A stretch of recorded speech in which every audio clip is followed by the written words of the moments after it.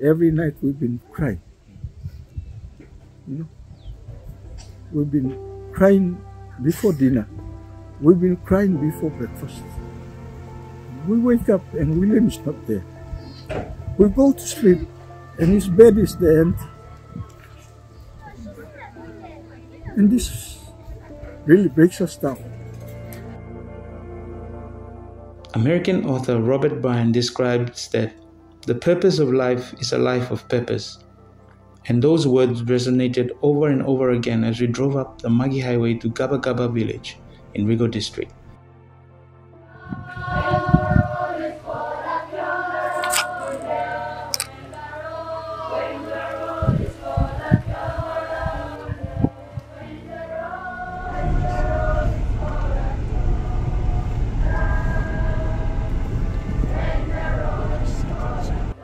Meeting a grieving family is never an easy thing to do for anyone, let alone a journalist.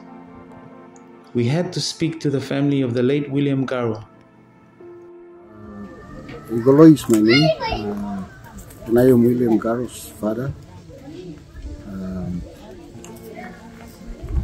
William, I took him as my own son when he was 5 years old. No one knew of young William Garo, a 17-year-old student that lost his life at the Iorawari Technical Secondary School on that fateful night on Thursday, November 17. William was born on the 14th of July 2007. Unfortunately, after 1 week, the mother passed away. So the grandmother took him in as a home. This is the story of William Garo through the words of his father, Igo Loi.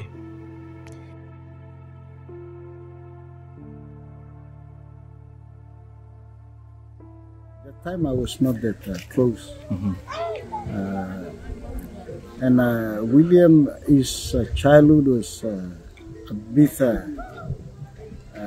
like, because maybe the mother was sick, and you know, when he was born, maybe he had a few, you know, things that were not good for good. So his health issue was an issue that, though he had those, you know, like issues, William was a very strong kid. And when he came, you know,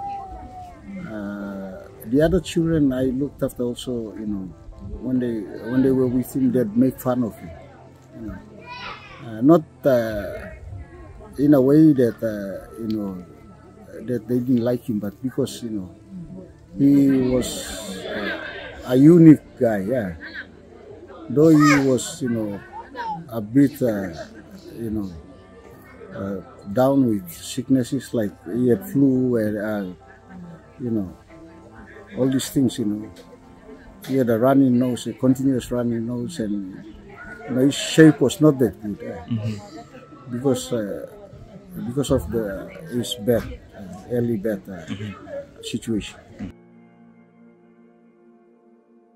William was a very strong guy, and he'd go out fishing with me.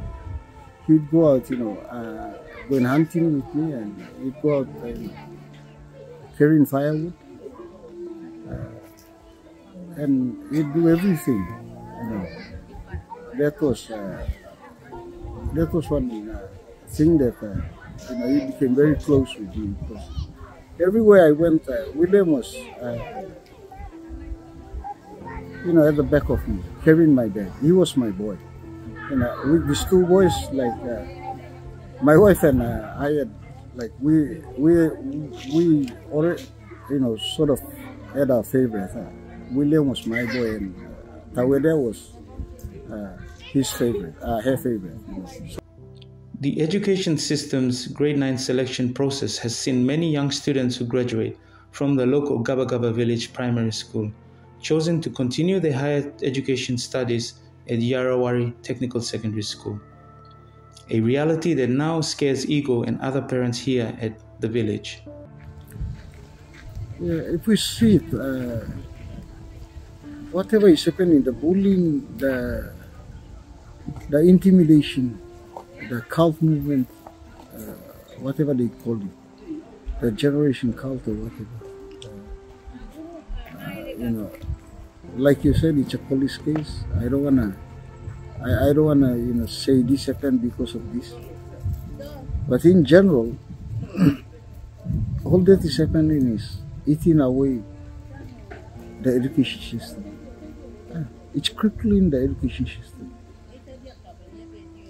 Because all our children who are supposed to have a fair and normal learning environment, they go and out of fear of their life, they leave school prematurely.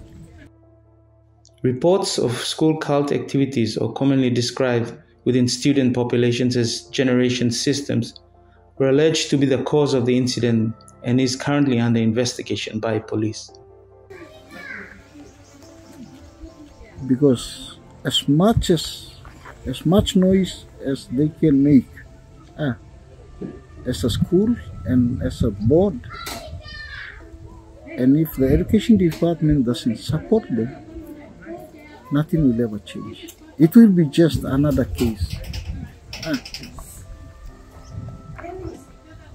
Unless and until everybody takes ownership of what we are doing and come and stand together with us in this call to fight whatever that is happening. A report that Igo attests his son was more or less bullied into pressures within the school population, adding it was almost as if he was now running away from his own school the last few weeks prior to his unfortunate death. A testimony of Igo's that the eldest sibling of William, Iorawari Garo, shockingly revealed happened to her as well during her time at the same school a few years before. So, I was also a victim, as I've said earlier. In 2019, I got dealt up by 15 girls, and their accusation against us was they blamed us as we were a cult, but it was the opposite. Helen was more like a mother to William, who is among the 5 siblings who had lost both their parents. He was, as she says, her baby. So it built my love for him. So I saw him as me giving birth to him, or more like at this time I'm just 22 years old. I'm a young girl. I don't have any child, but I could feel that pain of giving birth to a child and losing him at this state of time. A home that will now have a huge void that is missing, as Igo painfully recalled that night the family returned after placing their son and sibling at the Port Moresby morgue. Every night we've been crying. We've been crying before dinner. We've been crying before breakfast. We wake up and William is not there. We go to sleep and his bed is there empty. And this really breaks us down. And the first night, the incident happened on Thursday night. Friday night we came back after putting William in the morgue. And Friday night, Tawede has to go up and prepare his bed and sleep next to the bed, empty bed.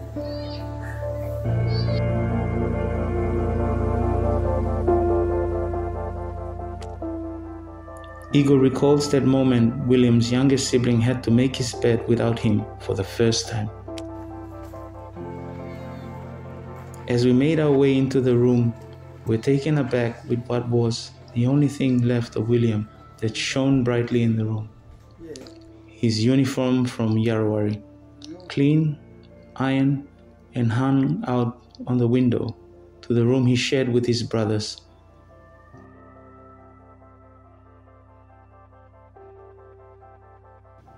All with different stories and beginnings, but united under one roof of a loving family that took them all in when there was no one else.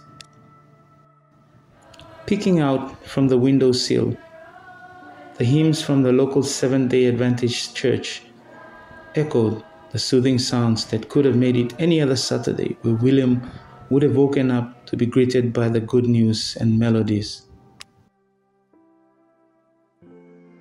As a family grieves not only for their son, but also for the future of their children and theirs after, if nothing is done to address the issues that are said to have contributed to such a tragedy. The sun will set for the last time for William over Gaba Gaba, his home and refuge, on Saturday as his family and village lays him to rest.